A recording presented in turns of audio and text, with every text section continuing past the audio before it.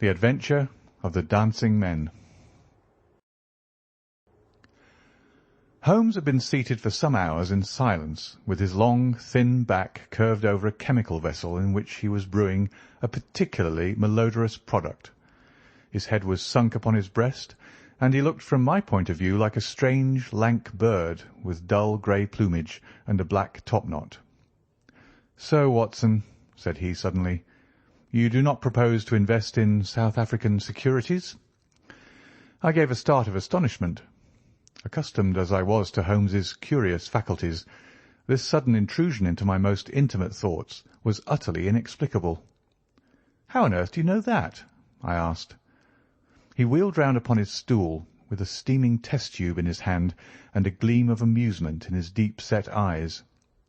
"Now, Watson, confess yourself utterly taken aback," said he. "I am." "I ought to make you sign a paper to that effect." "Why?" "Because in 5 minutes you will say that it is all so absurdly simple." "I am sure that I shall say nothing of the kind." "You see, my dear Watson," he propped his test-tube in the rack and began to lecture with the air of a professor addressing his class, "it is not really difficult to construct a series of inferences, each dependent upon its predecessor, and each simple in itself. If after doing so one simply knocks out all the central inferences and presents one's audience with the starting point and the conclusion, one may produce a startling, though possibly a meretricious effect. Now, it was not really difficult, by an inspection of the groove between your left forefinger and thumb, to feel sure that you did not propose to invest your small capital in the goldfields." "I see no connection."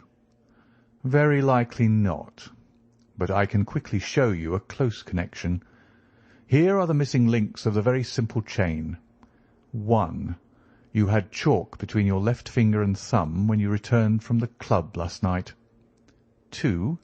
You put chalk there when you play billiards to steady the cue. 3. You never play billiards except with Thurston. 4. You told me 4 weeks ago that Thurston had an option on some South African property which would expire in a month, and which he desired you to share with him. 5. Your cheque-book is locked in my drawer, and you have not asked for the key. 6. You do not propose to invest your money in this manner." "How absurdly simple!" I cried. "Quite so," said he, a little nettled. "Every problem becomes very childish when once it is explained to you. Here is an unexplained one. See what you can make of that, friend Watson." He tossed a sheet of paper upon the table and turned once more to his chemical analysis. I looked with amazement at the absurd hieroglyphics upon the paper. "Why, Holmes, it is a child's drawing," I cried. "Oh, that's your idea." "What else should it be?" "That is what Mr. Hilton Cubitt of Ridingthorpe Manor, Norfolk, is very anxious to know. This little conundrum came by the first post, and he was to follow by the next train. There's a ring at the bell, Watson. I should not be very much surprised if this were he."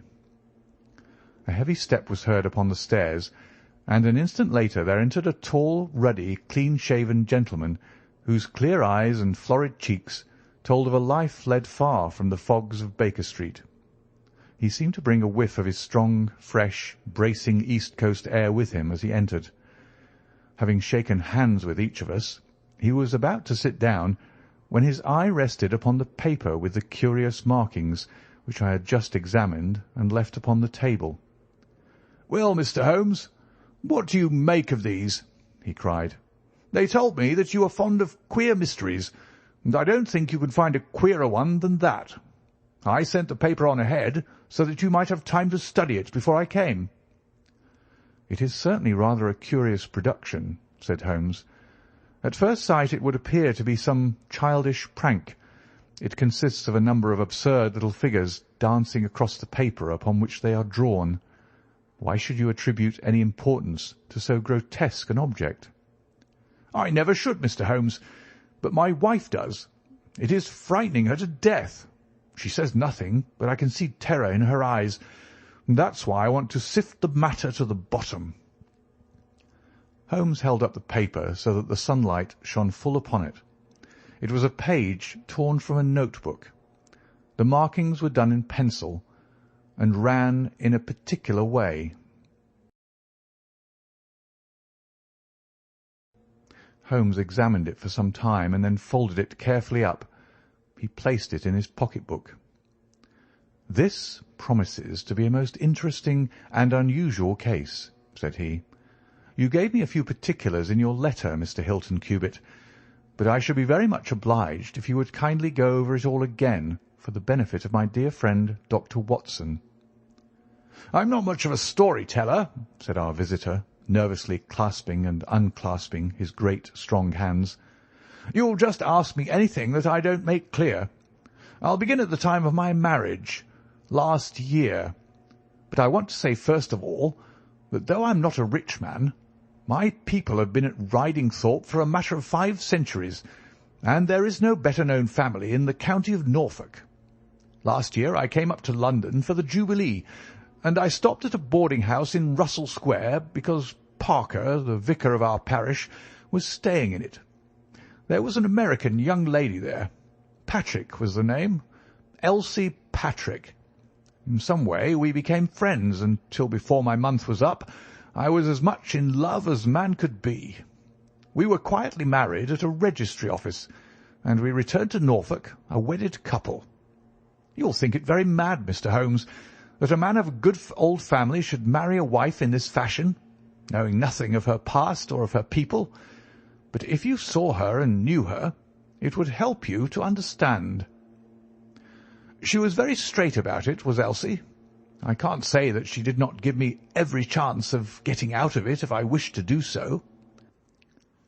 "I've had some very disagreeable associations in my life," said she. "I wish to forget all about them. I'd rather never allude to the past, for it is very painful to me.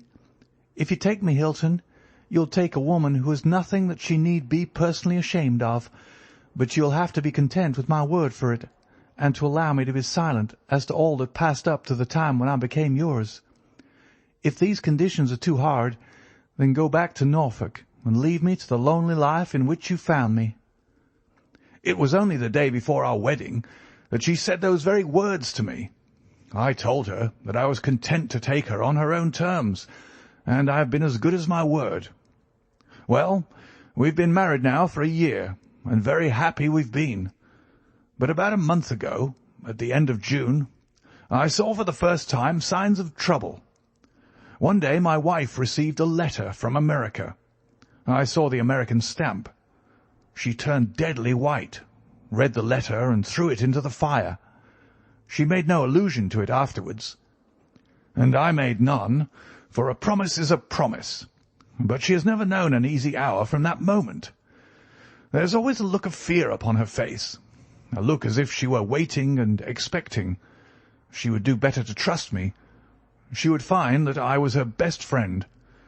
But until she speaks, I can say nothing.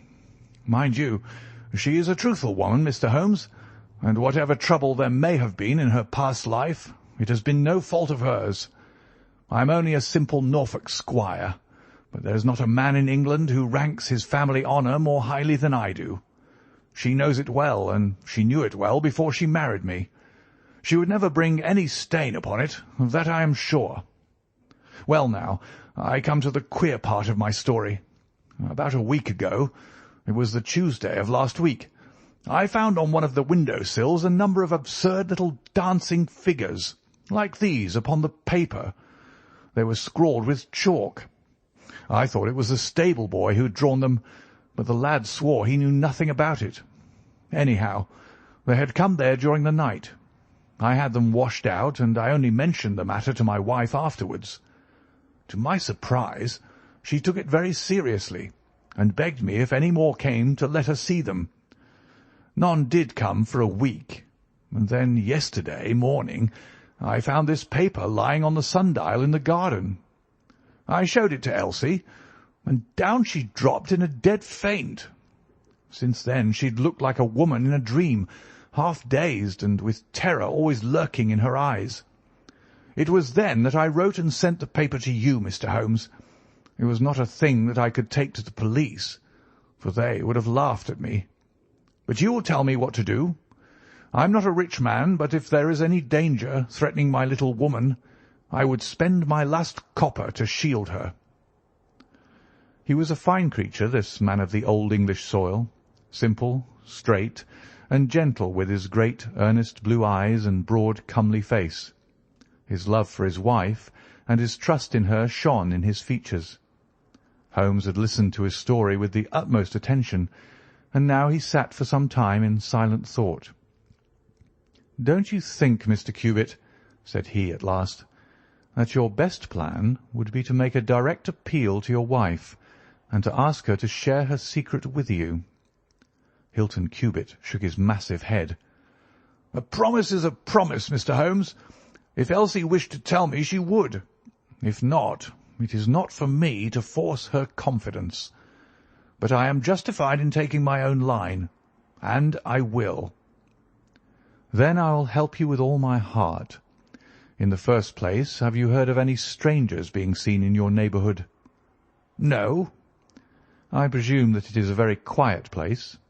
Any fresh face would cause comment?" "In the immediate neighbourhood, yes. But we have several small watering places not very far away, and the farmers take in lodgers." "These hieroglyphics have evidently a meaning. If it is a purely arbitrary one, it may be impossible for us to solve it. If, on the other hand, it is systematic, I have no doubt that we shall get to the bottom of it. But this particular sample is so short that I can do nothing, and the facts which you have brought me are so indefinite that we have no basis for an investigation. I would suggest that you return to Norfolk, that you keep a keen look-out, and that you take an exact copy of any fresh dancing men which may appear. It is 1,000 pities that we have not a reproduction of those which were done in chalk upon the window-sill. Make a discreet inquiry also as to any strangers in the neighbourhood. When you have collected some fresh evidence, come to me again. That is the best advice which I can give you, Mr. Hilton Cubitt. If there are any pressing fresh developments, I shall be always ready to run down and see you in your Norfolk home." The interview left Sherlock Holmes very thoughtful, and several times in the next few days I saw him take his slip of paper from his note-book and look long and earnestly at the curious figures inscribed upon it. He made no allusion to the affair, however, until one afternoon a fortnight or so later. I was going out when he called me back. "You had better stay here, Watson." "Why?" "Because I had a wire from Hilton Cubitt this morning. You remember Hilton Cubitt, of the Dancing Men? He was to reach Liverpool Street at 1:20. He may be here at any moment. I gather from his wire that there have been some new incidents of importance." We had not long to wait, for our Norfolk squire came straight from the station as fast as a hansom could bring him. He was looking worried and depressed, with tired eyes and a lined forehead. "It's getting on my nerves, this business, Mr. Holmes," said he as he sank like a wearied man into an armchair. "It's bad enough to feel that you are surrounded by unseen, unknown folk who have some kind of design upon you, but when, in addition to that, you know that it is just killing your wife by inches, then it becomes as much as flesh and blood can endure. She's wearing away under it, just wearing away before my eyes." "Has she said anything yet?" "No, Mr. Holmes, she has not. And yet there have been times when the poor girl has wanted to speak, and yet could not quite bring herself to take the plunge. I have tried to help her, but I dare say I did it clumsily and scared her from it. She has spoken about my old family and our reputation in the county, and our pride in our unsullied honour, and I always felt it was leading to the point. But somehow it turned off before we got there." "But you have found out something for yourself?" "A good deal, Mr. Holmes. I have several fresh dancing men pictures for you to examine, And what is more important, I have seen the fellow." "What, the man who draws them?" "Yes, I saw him at his work. But I will tell you everything in order. When I got back after my first visit to you, the very first thing I saw next morning was a fresh crop of dancing men. They had been drawn in chalk upon the black wooden door of the tool house, which stands beside the lawn in full view of the front windows. I took an exact copy, and here it is." He unfolded a paper and laid it upon the table. "Here is a copy of the hieroglyphics."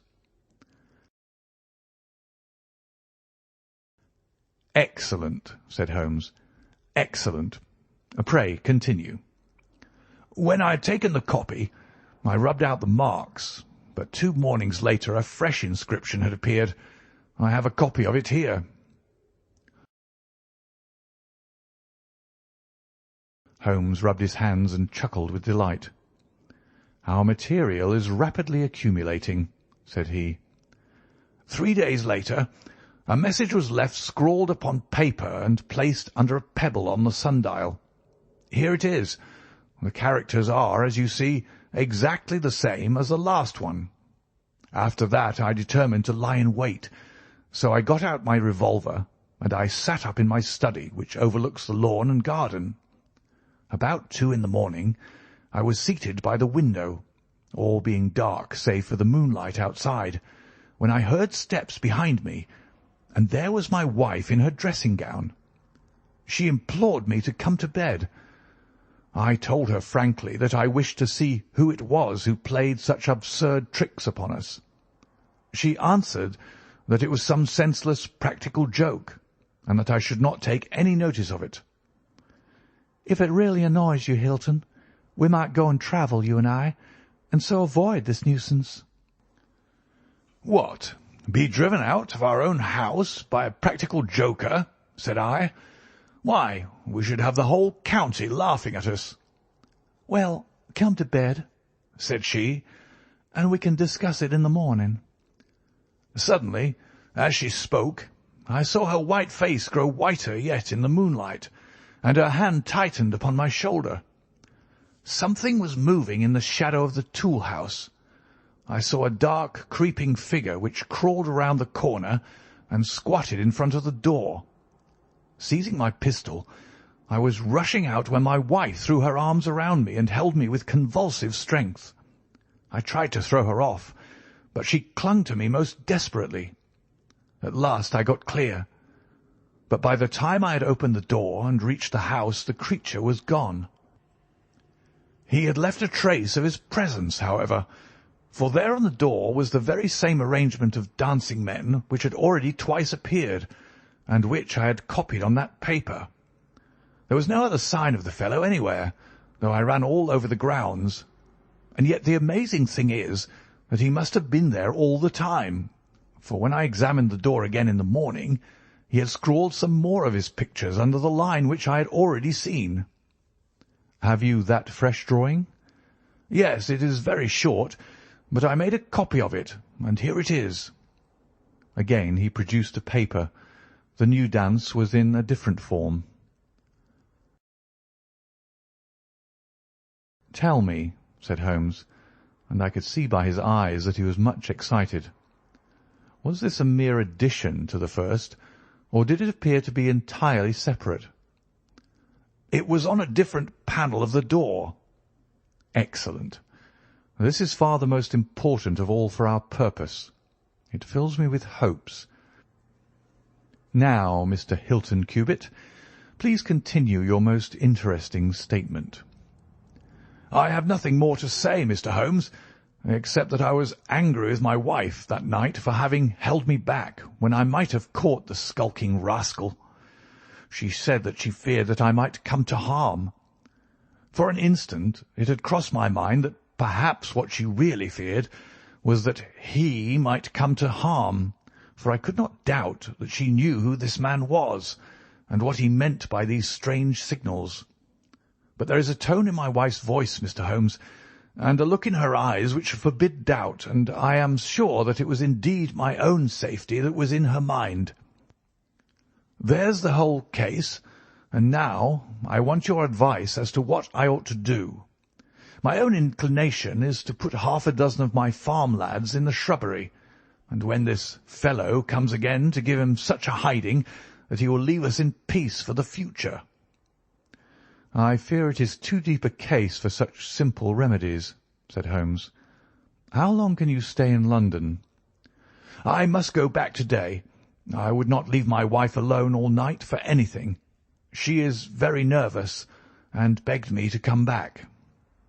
I dare say you are right, but if you could have stopped, I might possibly have been able to return with you in a day or two. Meanwhile, you will leave me these papers, and I think that it is very likely that I shall be able to pay you a visit shortly and to throw some light upon your case. Sherlock Holmes preserved his calm, professional manner until our visitor had left us, although it was easy for me, who knew him so well, to see that he was profoundly excited.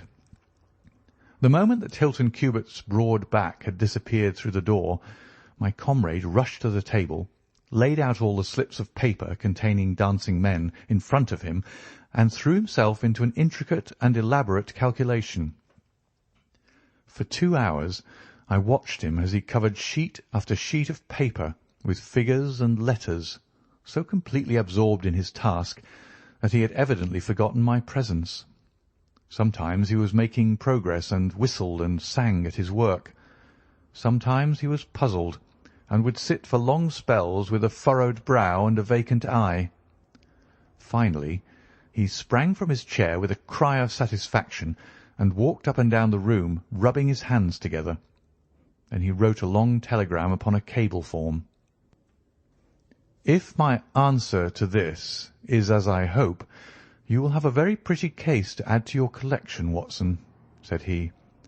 I expect that we shall be able to go down to Norfolk tomorrow, and to take our friend some very definite news as to the secret of his annoyance. I confess that I was filled with curiosity, but I was aware that Holmes liked to make his disclosures at his own time and in his own way, so I waited until it should suit him to take me into his confidence.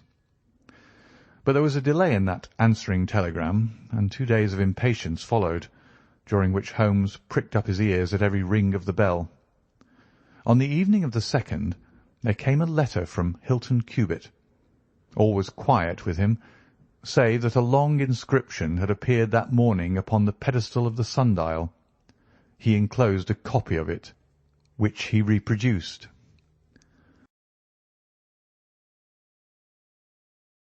Holmes bent over this grotesque frieze for some minutes, and then suddenly sprang to his feet with an exclamation of surprise and dismay. His face was haggard with anxiety. "We have let this affair go far enough," said he. "Is there a train to North Walsham to-night?" I turned up the timetable. The last had just gone. "Then we shall breakfast early and take the very first in the morning," said Holmes. "Our presence is most urgently needed. Ah, here is our expected cablegram. One moment, Mrs. Hudson, there may be an answer. No, that is quite as I expected. This message makes it even more essential that we should not lose an hour in letting Hilton Cubitt know how matters stand, for it is a singular and a dangerous web in which our simple Norfolk squire is entangled." So indeed it proved, and as I come to the dark conclusion of a story which had seemed to me to be only childish and bizarre, I experience once again the dismay and horror with which I was filled. Would that I had some brighter ending to communicate to my readers, but these are the chronicles of fact, and I must follow to their dark crisis the strange chain of events which for some days made Ridingthorpe Manor a household word through the length and breadth of England. We had hardly alighted at North Walsham and mentioned the name of our destination when the station-master hurried towards us. "I suppose that you're the detectives from London," said he. A look of annoyance passed over Holmes's face. "What makes you think such a thing?" "Because Inspector Martin from Norwich has just passed through. But maybe you're the surgeons. She's not dead, or wasn't by last accounts. He may be in time to save her yet, though it be for the gallows." Holmes's brow was dark with anxiety. "We are going to Ridingthorpe Manor," said he, "but we have heard nothing of what has passed there." "It's a terrible business," said the station master. "They are shot, both Mr. Hilton Cubitt and his wife. She shot him and then herself, so the servants say. He's dead and her life is despaired of. Dear, dear, one of the oldest families in the county of Norfolk, and one of the most honoured." Without a word Holmes hurried to a carriage, and during the long 7 miles' drive he never opened his mouth. Seldom have I seen him so utterly despondent. He had been uneasy during all our journey from town, and I had observed that he had turned over the morning papers with anxious attention. But now this sudden realization of his worst fears left him in a blank melancholy. He leaned back in his seat, lost in gloomy speculation. Yet there was much around to interest us, for we were passing through as singular a countryside as any in England, where a few scattered cottages represented the population of to-day, while on every hand enormous square-towered churches bristled up from the flat green landscape and told of the glory and prosperity of old East Anglia. At last the violent rim of the German Ocean appeared over the green edge of the Norfolk coast, and the driver pointed with his whip to 2 old brick and timber gables which projected from a grove of trees. "That's Ridingthorpe Manor," said he. As we drove up to the porticoed front door, I observed in front of it, beside the tennis lawn, the black tool house and the pedestal sundial with which we had such strange associations. A dapper little man with a quick, alert manner and a waxed moustache had just descended from a high dog-cart. He introduced himself as Inspector Martin of the Norfolk Constabulary, and he was considerably astonished when he heard the name of my companion. "Why, Mr. Holmes, the crime was only committed at 3 this morning. How could you hear of it in London and get to the spot as soon as I?" "I anticipated it. I came in the hope of preventing it." "Then you must have important evidence of which we are ignorant, for they were said to be a most united couple." "I have only the evidence of the dancing men," said Holmes. "I will explain the matter to you later. Meanwhile, since it is too late to prevent this tragedy, I am very anxious that I should use the knowledge which I possess in order to ensure that justice be done. Will you associate me in your investigation, or will you prefer that I should act independently?" "I should be proud to feel that we were acting together, Mr. Holmes," said the inspector earnestly. "In that case I should be glad to hear the evidence and to examine the premises without an instant of unnecessary delay."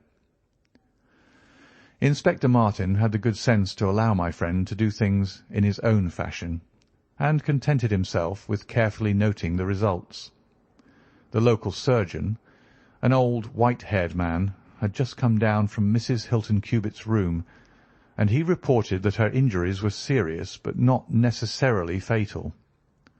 The bullet had passed through the front of her brain, and it would probably be some time before she could regain consciousness. On the question of whether she had been shot or had shot herself, he would not venture to express any decided opinion. Certainly the bullet had been discharged at very close quarters. There was only the one pistol found in the room, 2 barrels of which had been emptied. Mr. Hilton Cubitt had been shot through the heart. It was equally conceivable that he had shot her and then himself, or that she had been the criminal, for the revolver lay upon the floor midway between them. "Has he been moved?" asked Holmes. "We have moved nothing except the lady. We could not leave her lying wounded upon the floor." "How long have you been here, doctor?" "Since 4 o'clock." "Anyone else?" "Yes, the constable here." "And you have touched nothing?" "Nothing." "You have acted with great discretion.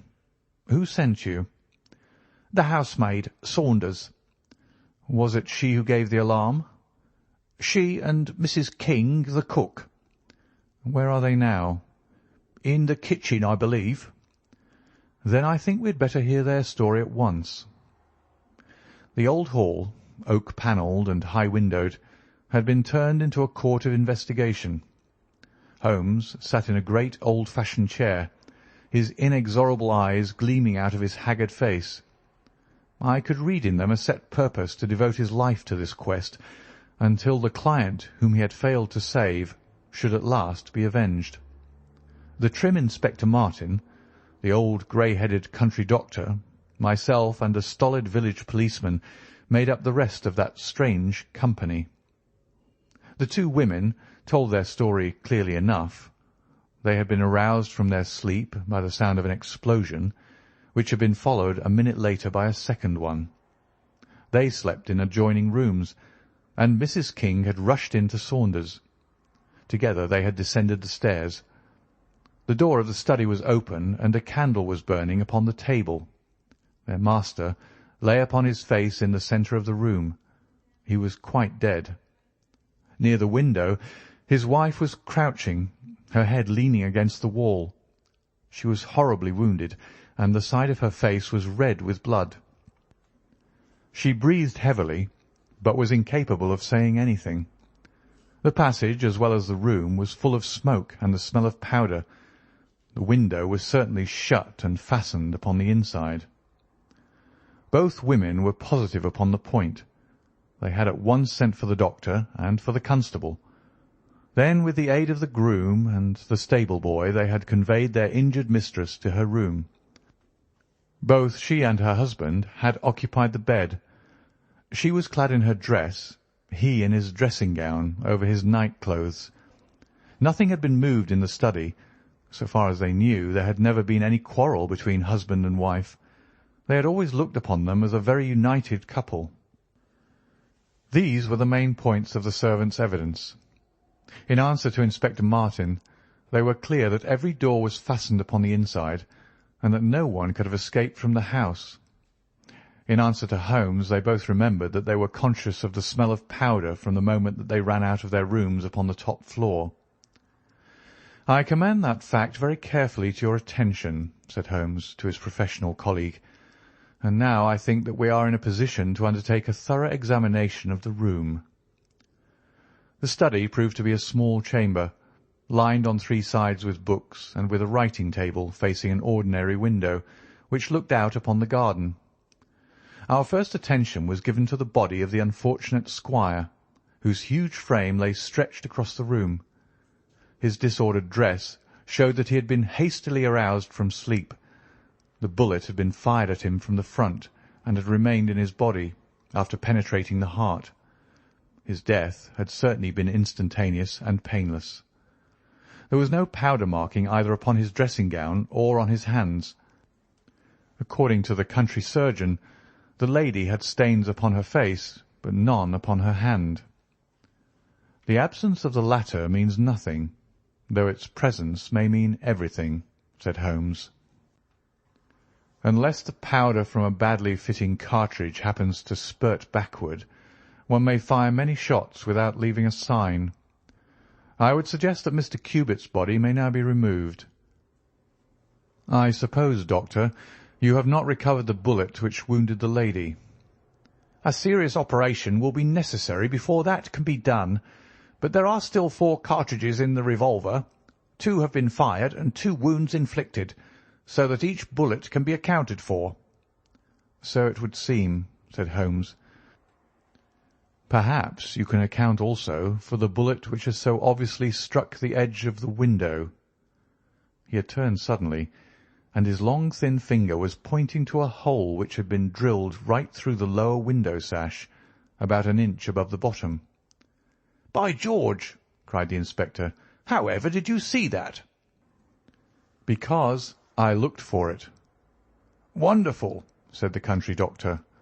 "You are certainly right, sir. Then a 3rd shot has been fired, and therefore a 3rd person must have been present. But who could that have been, and how could he have got away?" "That is the problem which we are now about to solve," said Sherlock Holmes. "You remember, Inspector Martin, when the servants said that on leaving their room they were at once conscious of a smell of powder. I remarked that the point was an extremely important one." "Yes, sir, But I confess I did not quite follow you." It suggested that at the time of the firing the window as well as the door of the room had been open.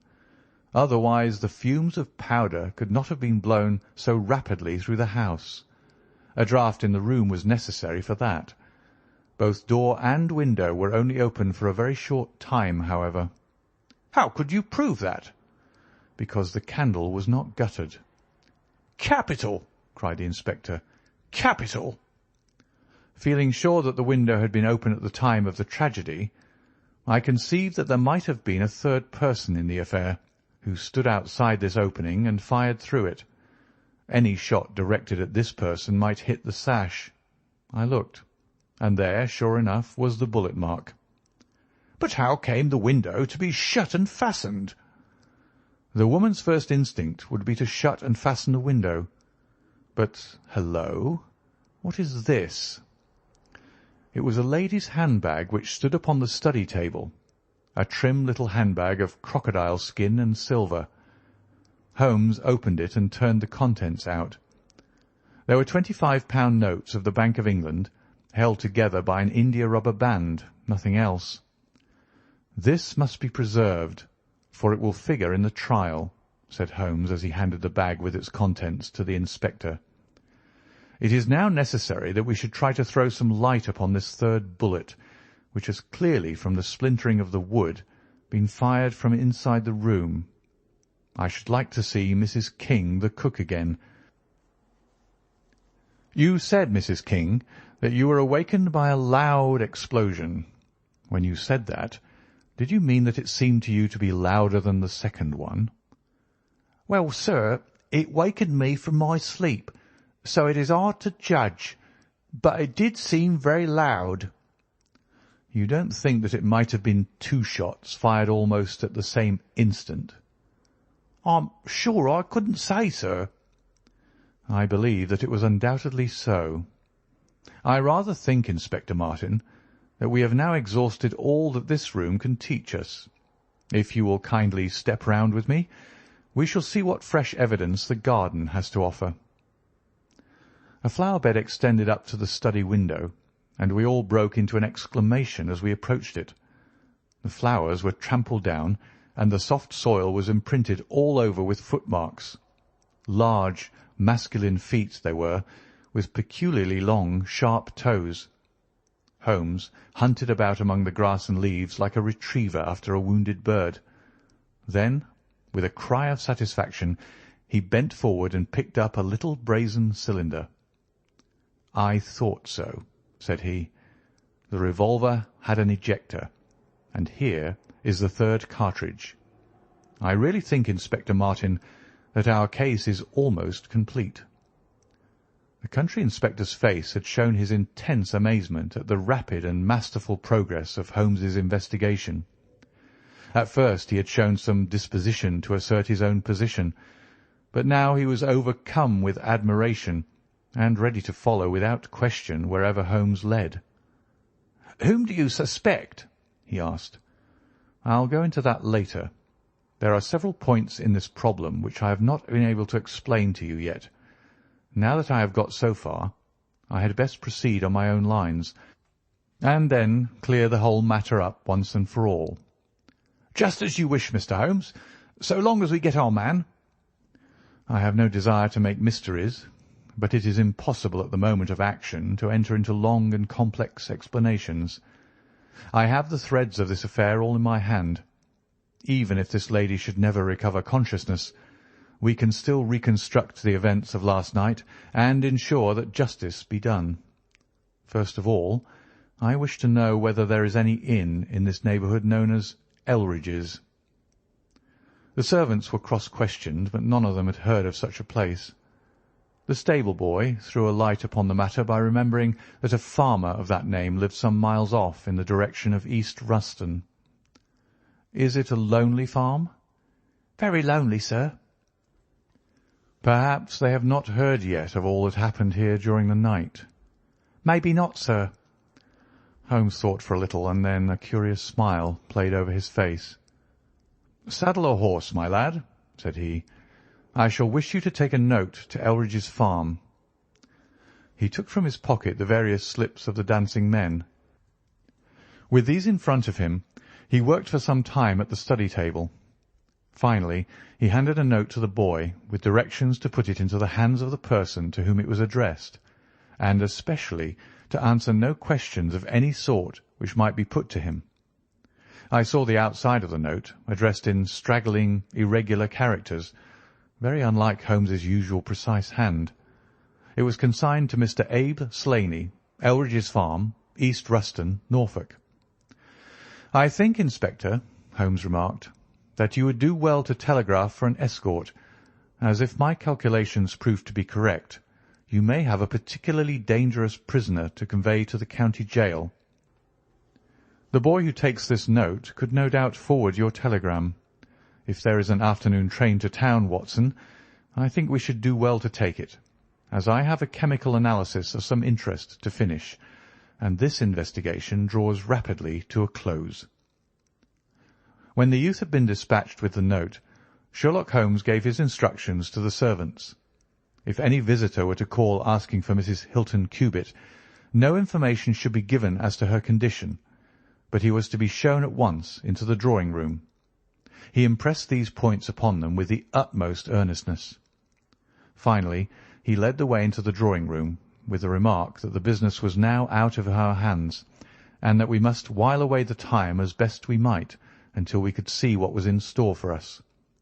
The doctor had departed to his patients, and only the inspector and myself remained. "I think that I can help you to pass an hour in an interesting and profitable manner," said Holmes, drawing his chair up to the table and spreading out in front of him the various papers upon which were recorded the antics of the dancing men. "As to you, friend Watson, I owe you every atonement for having allowed your natural curiosity to remain so long unsatisfied. To you, Inspector, the whole incident may appeal as a remarkable professional study. I must tell you, first of all, the interesting circumstances connected with the previous consultations which Mr. Hilton Cubitt had with me in Baker Street." He then shortly recapitulated the facts which have already been recorded. "I have here in front of me these singular productions at which one might smile, had they not proved themselves to be the forerunners of so terrible a tragedy. I am fairly familiar with all forms of secret writings, and am myself the author of a trifling monograph upon the subject, in which I analyse 160 separate ciphers. But I confess that this is entirely new to me. The object of those who invented the system has apparently been to conceal that these characters convey a message, and to give the idea that they are the mere random sketches of children. Having once recognised, however, that the symbols stood for letters, and having applied the rules which guide us in all forms of secret writings, the solution was easy enough. The first message submitted to me was so short that it was impossible for me to do more than to say, with some confidence, that the symbol XXX stood for E. As you are aware, E is the most common letter in the English alphabet, and it predominates to so marked an extent that even in a short sentence one would expect to find it most often. Out of 15 symbols in the first message, 4 were the same, so it was reasonable to set this down as E. It is true that in some cases the figure was bearing a flag, and in some cases not, but it was probable from the way in which the flags were distributed that they were used to break the sentence up into words. I accepted this as a hypothesis, and noted that E was represented by XXX. But now came the real difficulty of the inquiry. The order of the English letters after E is by no means well marked, and any preponderance which may be shown in an average of a printed sheet may be reversed in a single short sentence. Speaking roughly, T, A, O, I, N, S, H, R, D, and L are the numerical order in which letters occur, but T, A, O, and I are very nearly abreast of each other, and it would be an endless task to try each combination until a meaning was arrived at. I therefore waited for fresh material. In my second interview with Mr. Hilton Cubitt, he was able to give me 2 other short sentences and 1 message, which appeared, since there was no flag, to be a single word. Here are the symbols. Now, in the single word I've already got the 2 E's coming second and fourth in a word of 5 letters. It might be sever, or lever, or never. There can be no question that the latter as a reply to an appeal is far the most probable, and the circumstances pointed to its being a reply written by the lady.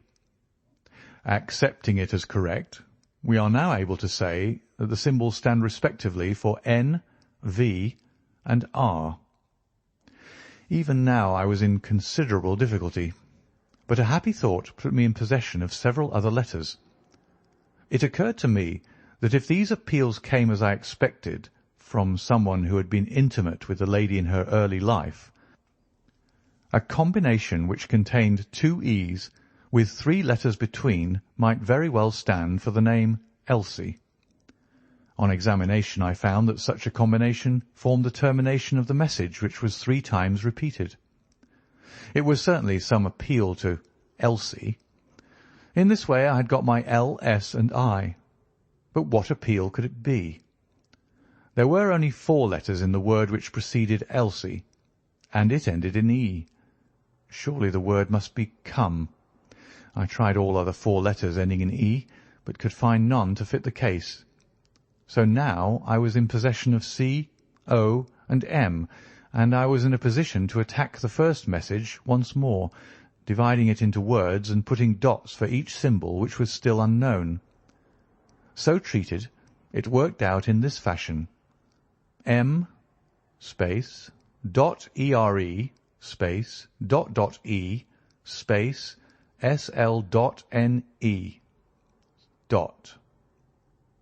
Now the first letter can only be A, which is a most useful discovery, since it occurs no fewer than 3 times in this short sentence. And the H is also apparent in the second word. Now it becomes am here A.E slain. Or, filling in the obvious vacancies in the name, am here Abe Slaney. I had so many letters now that I could proceed with considerable confidence to the second message, which worked out in this fashion: A. dot, space, ELRI dot, space, ES. Here I could only make sense by putting T and G for the missing letters, and supposing that the name was that of some house or inn at which the writer was staying. Inspector Martin and I had listened with the utmost interest to the full and clear account of how my friend had produced results which had led to so complete a command over our difficulties. "What did you do then, sir?" asked the inspector. I had every reason to suppose that this Abe Slaney was an American, since Abe is an American contraction, and since a letter from America had been the starting point of all the trouble. I had also every cause to think that there was some criminal secret in the matter. The lady's allusions to her past, and her refusal to take her husband into her confidence, both pointed in that direction. I therefore cabled to my friend Wilson Hargreave of the New York Police Bureau, who has more than once made his use of my knowledge of London crime. I asked him whether the name of Abe Slaney was known to him. Here is his reply: "The most dangerous crook in Chicago." On the very evening upon which I had his answer, Hilton Cubitt sent me the last message from Slaney. Working with known letters, it took this form: Elsie, .re.are, space, to meet thy go.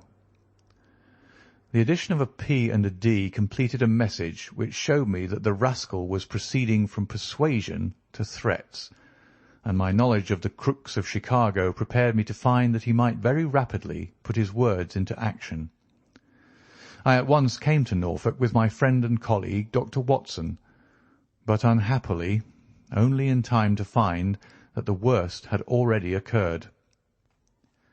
"It is a privilege to be associated with you in the handling of a case," said the inspector warmly. You will excuse me, however, if I speak frankly to you. You are only answerable to yourself, but I have to answer to my superiors. If this Abe Slaney, living at Elridge's, is indeed the murderer, and if he has made his escape while I am seated here, I should certainly get into serious trouble." "You need not be uneasy. He will not try to escape." "How do you know?" "To fly would be a confession of guilt." "Then let us go arrest him." "I expect him here every instant." "But why should he come?"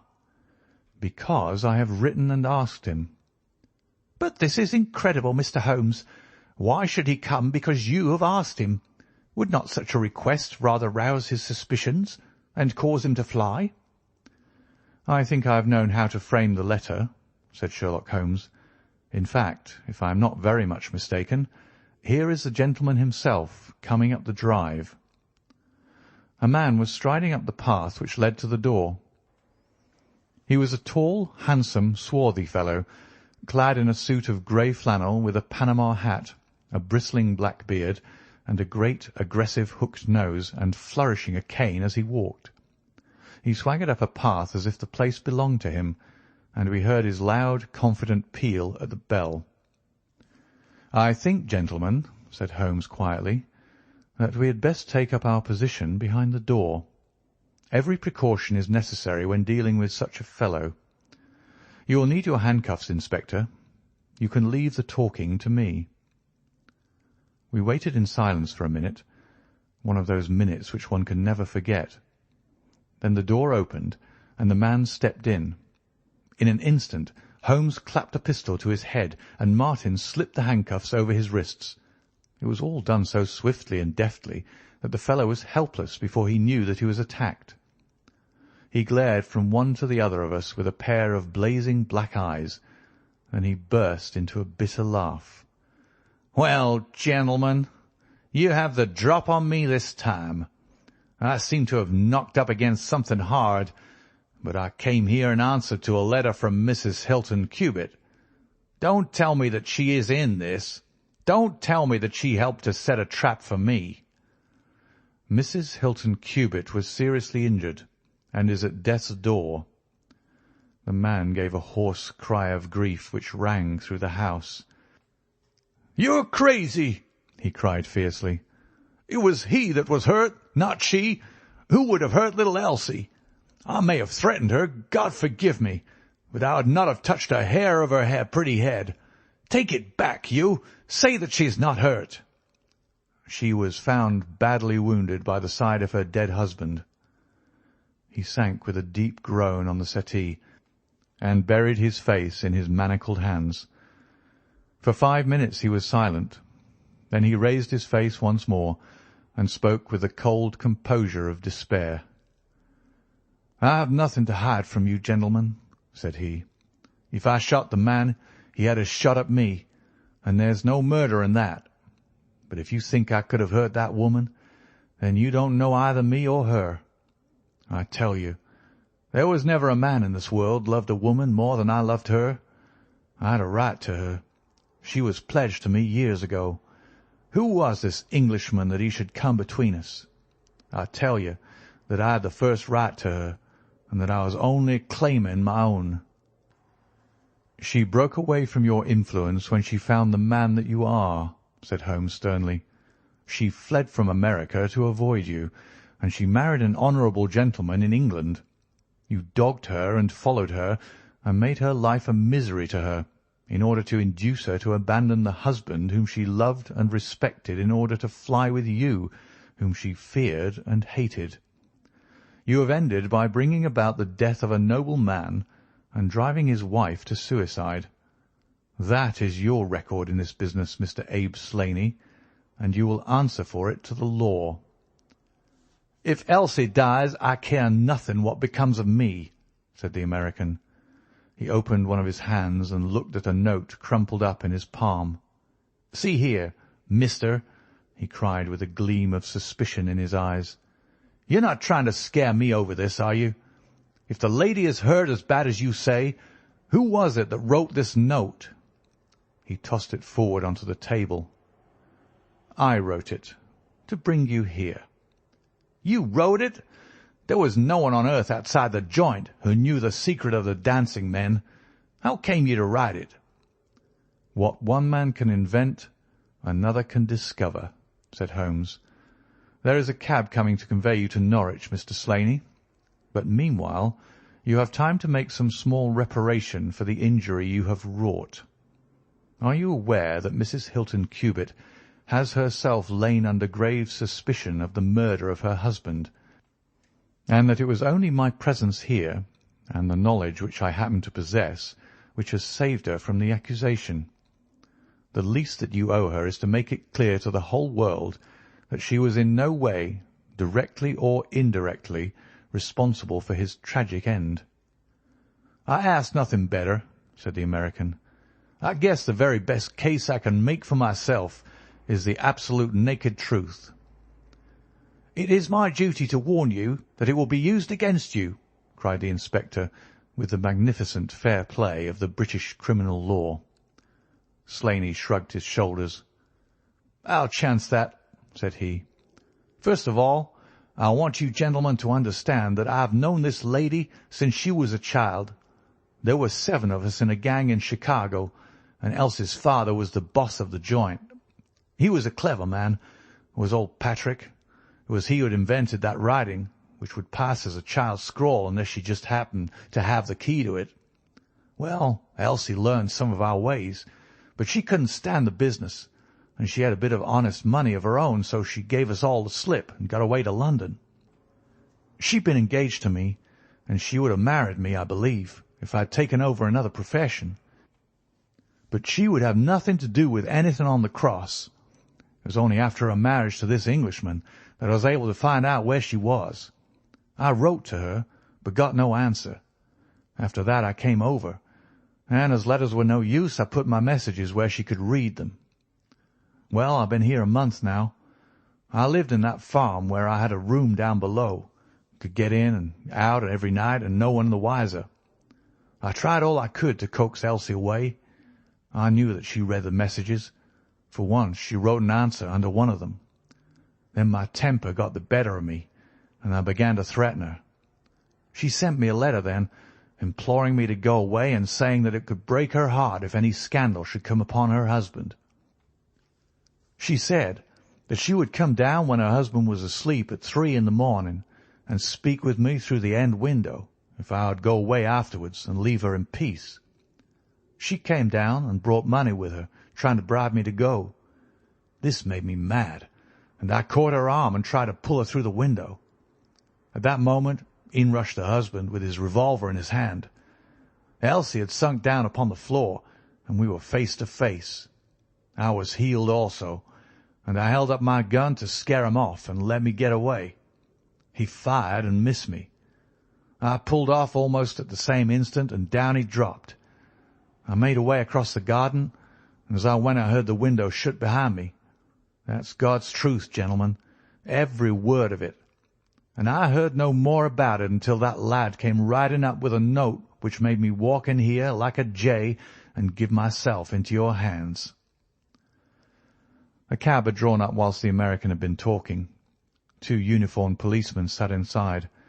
Inspector Martin rose and touched his prisoner on the shoulder. "It's time for us to go." "Can I see her first?" "No, she is not conscious.